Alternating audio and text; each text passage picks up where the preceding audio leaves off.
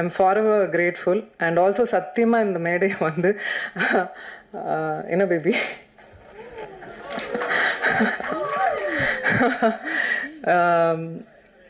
இந்த மேடை வந்து எங்கள் அனௌன்ஸ்மெண்ட் மேடையாக சத்தியமாக நாங்கள் நினைக்கல. காலைல தந்தியில் ஒரு நியூஸ் வந்த உடனே நான் ஆல்ரெடி முன்னாடியே சொல்லிட்டு இருந்தேன், தயவுசெய்து நீங்கள் என் ஃப்ரெண்டு, நான் உங்கள் ஃப்ரெண்டு, 15 வருஷம் ஃப்ரெண்டு, அதே மெயின்டைன் பண்ணிக்கலாம் அப்படின்லாம் சொல்லிட்டு வந்தால் காலையில் நியூஸ் வந்தது.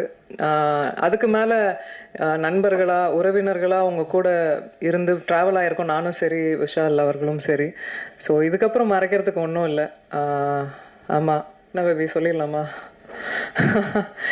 நாங்கள் வந்து ஆகஸ்ட் 29 வந்து கல்யாணம் பண்ணிக்கலான் இருக்கோம்.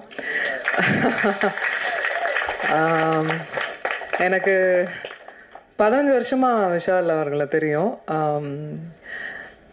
என்ன எங்கே பார்த்தாலும் எந்த எந்த தருணங்களில் நாங்கள் பார்த்த இடங்களில் எப்போவுமே அந்த டியூ ரெஸ்பெக்டோடு இருப்பார். எனக்கு ஒரு விஷயம் நடக்கும்போது எப்போவுமே குரல் கொடுத்துருக்காரு. எங்கள் வீட்டுக்கெலாம் கூட எனக்கு தெரிஞ்சு எந்த ஹீரோஸும் வீட்டுக்கெலாம் வந்ததில்லை. ஒரு பிரச்சனை நடக்கும்போது கூட he came to the house. Very sweet of him to you know. அந்த கெஸ்டரே எனக்கு ரொம்ப ரொம்ப பிடித்தது.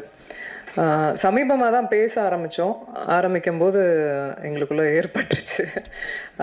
அவருக்கும் தோணுச்சு, எனக்கும் தோணுச்சு. 2 பேரும் மியூச்சுவலாக அது அக்செப்ட் பண்ணிக்கிட்டோம். இது கல்யாணத்துக்கு தான் வந்து லீட் ஆக போகுதுன்னு தெரிஞ்சுக்கிட்டோம். ஸோ வை வெயிட் அப்படின்னு சொல்லிட்டு வி டிசைடட். ஒரு விஷயந்தான், I just want him to be happy, அவ்வளோதான். And I love you.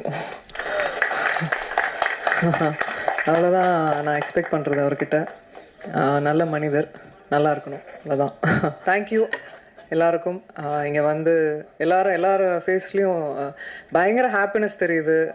I could feel the joy. ஒன்றும் இல்லை, இந்த படத்தையும் ஆதரிங்க, கண்டிப்பாக கொண்டு போய் சேர்ப்பீங்க மக்கள்கிட்டன்னு எனக்கு தோணுது.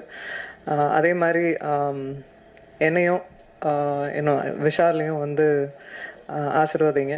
உங்கள் பிளெஸ்ஸிங்ஸ் எங்களுக்கு வேணும். சந்தோஷமாக வாழணும்னு ஆசையாக இருக்குது. தேங்க்யூ.